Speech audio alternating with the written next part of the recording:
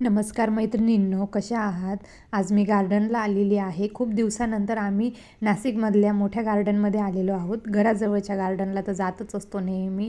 आणि बघा ना, घरातील कामं, मुलांची कामं करण्यात आपल्याला कितीही आनंद वाटत असला, ते कामामध्ये आपण कितीही 100% देत असलो तरीसुद्धा निवांत वेळेची गरज किंवा निवांत स्पेस हा आपल्यालासुद्धा हवाच असतो.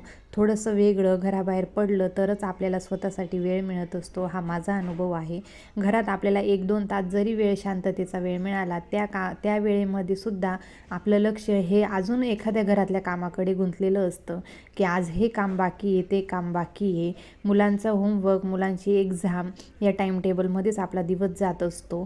तर जेव्हा आपण घराबाहेर पडतो, निसर्गाच्या सानिध्यात जातो, त्याच वेळी आपल्याला स्वतःसाठी, स्वतःच्या हेल्थसाठी अर्धा तास तरी कुठेतरी मिळत असतो. तर हा वेळ आपल्याला मिळायलाच पाहिजे. महिन्यातून, हप्त्यातून आपल्या स्वतःसाठी हा वेळ आपण काढायला पाहिजे. मुलांबरोबर मीही खूप एन्जॉय केला. त्यानंतर मला मोबाईल घ्यायचा होता.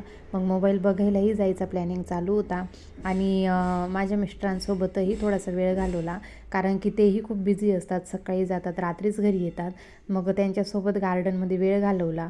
मुलांनीही खूप एन्जॉय केला. मुलांसोबतही ते खूप खेळले गार्डनमध्ये. मग त्यानंतर मोबाईल बघायला गेलो. मोबाईल आवडला नाही. जेव्हा घेईल तेव्हा तुमच्यासोबत शेअर करेलच मी.